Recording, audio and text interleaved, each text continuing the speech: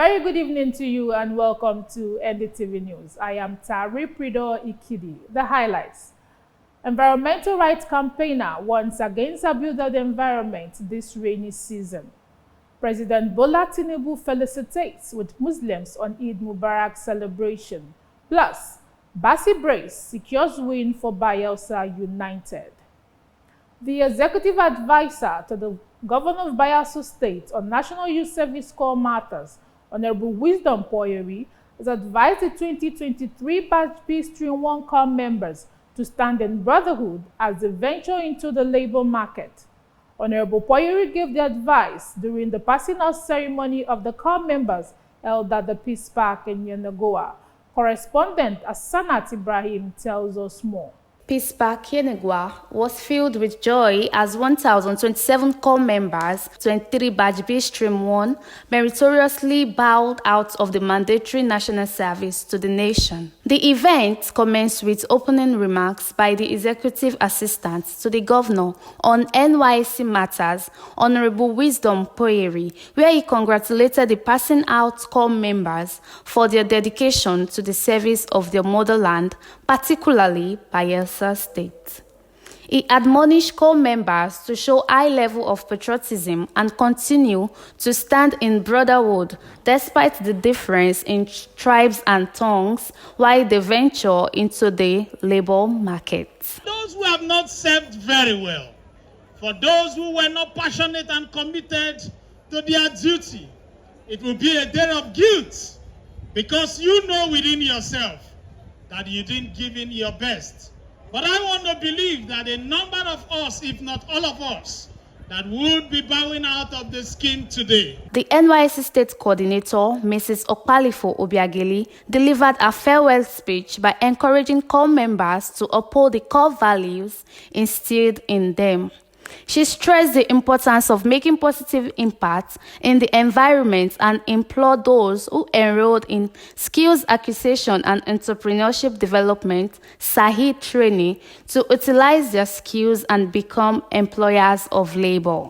And we believe by the time you are leaving Bayelsa and facing the next phase of your life, you'll be able to display all the core values because it will guide you in whatever you're going to do. Some of the passing out Corps members have this to say. Well, I'm so excited and happy that it's done, and I'm leaving the service here without any guilt because I've served and I've done my best. My 1 year experience has been one filled with accomplishments and gratitude.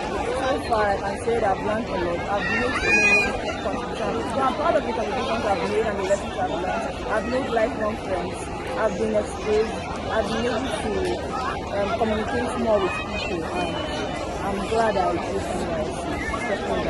I'm excited, the journey of 1 year comes to my head. I thank God that I spoke today in good health and sound mind. I'm so happy, I'm very, very happy. Also present at the ceremony were the Assistant Directors, NYC Bayelsa State Office, Captains of Industries, and other members of staff of NYC Bayelsa State. The event concluded with presentation of recommendation letters to outgoing Corps members who exemplified selfless service during their 1 year course. Ibrahim Asanat reporting for NDTV News. An environmental rights campaigner, Comrade Maurice Alagwa, has warned against the abuse of the environment this rainy season. Comrade Alagwa gave the warning in an interview with NDTV News on the effects of devastating flooding and the need for government to carry out environmental impact assessments before embarking on any project. NDTV correspondent Naro Atembo has the details. The National Emergency Management Agency, NEMA, warned that some communities in Bayelsa State may experience flash flooding due to the perennial rainfall. Rights activist and environmental specialist Comrade Maurice Alagwa has urged the federal government to put in place measures that will prevent flooding in the state. There is still need for more for the federal government to do, especially as the former President Buhari asked all 9 states that were affected to liaise with the Minister of Environment and Humanitarian Affairs for them to come up with measures that will contain the situation. Now, I wonder if the states and the federal government have been meeting to deal with this very important issue. Very important because you cannot quantify losses. Time, both in terms of time, goods, and services lost to these monster floods. While commending the current administration for setting up a flood and erosion directorate, Comrade Alagwa advocated that the directorate should be upgraded to a commission backed up by relevant laws that will be saddled with the responsibility of issues regarding flooding. As I worked with the Environmental Rights Action then, we demanded that the Bayelsa state government should have a flood and erosion control commission that will be saddled with the issues of flooding and erosion. Luckily, the Doedri administration has come up with a flood and erosion control directorate. This is good, but we are still demanding for a full-fledged commission that will be independent, that will have budget, that they will defend in the State House of Assembly, that will be legally established so that no administration will just push it aside. He, however, called on the government and those in the planning authorities to carry out a proper environmental impact assessment while constructing roads and drainage, just as he also warned Bayelsans to desist from the habit of dumping refuse in drainage. Flooding. So we should do proper environmental impact assessment and take the connecting issues together. Consider them so that you are not trying to solve one problem and cause problem for other people. We should be conscious of our environment in terms of building, in terms of road construction, and also clearing the drains to ensure thoroughfare in our drains. We should not be throwing solid waste in our drains. These are responsibility for individuals, for communities, and for the state government. Naro Atembo, NDTV News. President Bola Tinubu has expressed optimism that the expectations of citizens of the country will not be defeated as positive outcomes are beginning to manifest in the nation's economy. In a solemn message released over the weekend by his media advisor Ajuri Ngalali, the president also rejoiced with Nigerian Muslims on the celebration of Eid al-Kabir, describing it as an event that denotes sacrifice, faith, and obedience to the will of Allah. While congratulating the Muslim faithfuls, President Tinubu called on citizens to pray for continued peace and stability of the nation, adding that it takes collective purpose, will, and action to bring about great change. The president, who acknowledged the sacrifices by Nigerians in the last 1 year since his administration sets the nation on a firm pedestal of growth and development, reiterated that his government will continue to prioritize Nigerians' physical, social, and economic security. Muslims in the 36 states of the Federation, including those in Bayelsa State and Abuja, the nation's capital, all converged on different prayer grounds to mark Eid Mubarak. The Nigeria Center for Disease Control and Prevention has alerted on the cholera outbreak across the nation with 30 deaths, 1,140 suspected, and 65 confirmed cases reported. The Director General of the Center, Dr. Jide Idris, who made this known, said cases which occurred between January and June were reported from 96 local government areas in 30 states of the country. It disclosed that 10 states, including Bayelsa, have recorded 90% increase of the disease and urged Nigerians to be wary of the increasing trend of cholera across the country as the rainy season intensifies. He explained that cholera is a food and waterborne disease caused by the ingestion of the organism Vibrio cholera in contaminated water and food, adding that such water are usually contaminated by the feces of infected individuals. Dr. Idris further explained that contamination of drinking water can occur at the source during transportation or during storage at home, while food may be contaminated by soiled hands either during preparation or while eating. He listed people at risk to include people of all ages, especially those living in places with limited access to clean water. According to him, the disease can be prevented through ensuring access to safe potable drinking water, proper sanitation, and waste disposal, as well as proper hygiene, including hand washing. DSTV and GoTV subscribers can now give a sigh of relief as MultiChoice has adjusted their subscription prices. The adjustments came in lieu of a court order directing the company to reduce its prices after a customer took them to court following a huge hike in their subscription prices. For details of these and more, let's join Joy Ifidioka for entertainment news.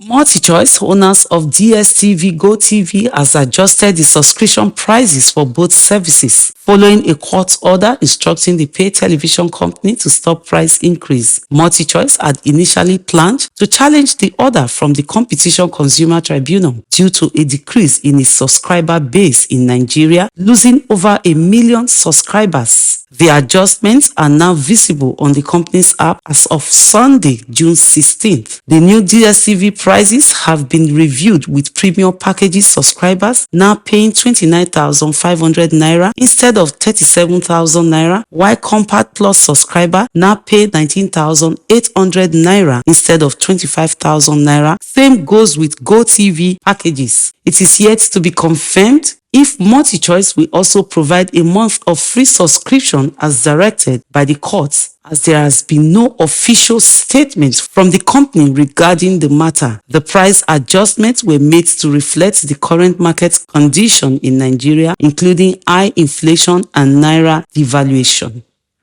Veteran Nollywood actress Stella Ikwegbu is dead. The sad news was revealed by movie producer Stanley Nwoko in his Instagram page on Sunday. Nwoko said the actress, known for her motherly role in movies, died after battling leg cancer. The late actress made her acting debut in 1990, where she starred in several movies including Spoiler, Ukwa, Sound of Love, Holy Man, Two Hearts, Madam Koi Koi, among others.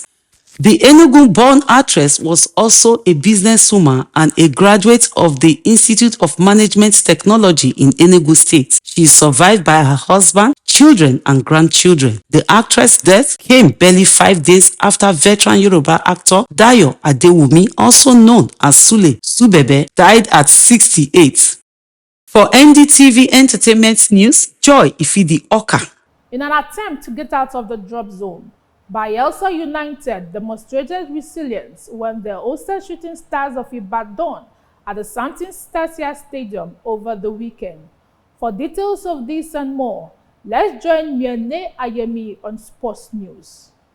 When Bayelsa United hosted Shooting Stars at the Samson Siasia Stadium on Sunday, June 16, 2024, they showed resiliency in their attempt to move out of the drop zone. United last experienced relegation in 2015 after finishing last in the league. They began the match in their customary manner, controlling play and pressuring the opposition to sit deep and guard their box. However, they were toothless as usual and continued to pass the ball around without making many shots on goal. The home crowd was taken aback when the visitors scored in the 27th minute through a deflected shot. Shooting were reduced to 10 men after Adeleye, who had previously received a yellow card, received a second booking. Nonetheless, despite the home team's persistent pressure, Shooting was disciplined defensively. Shooting won 1-0 in the first half. Despite having the ball in the opposition's half most of the time, United's attempts to penetrate the Shooting defense in the second half were unsuccessful. The Shooting goalkeeper was left clutching his face after a fan ran into the field. The game had to be stopped so he could get medical attention. Play resumed in the 75th minute. Bassi's goal proved that United's relentless pressure had paid off as they persisted in their attack on the opposing box. Bassi found himself in a position to tap in a second goal to give Bayelsa United the lead in the 91st minute. A significant amount of extra time was played, but it had no effect as United won 2-1 and earned all 3 points. United is now 2 spots above the relegation zone in 15th place with 47 points. After After a thrilling first half, England struggled to finish the match, but Bellingham's header in the 13th minute was enough to give the Three Lions a victory. Bellingham, who won the player of the match from UEFA, was England's standout performer. Harry Kane's header in the 77th minute struck the crossbar, but Serbia goalkeeper Predrag Rajkovic turned it onto the woodwork. Despite this,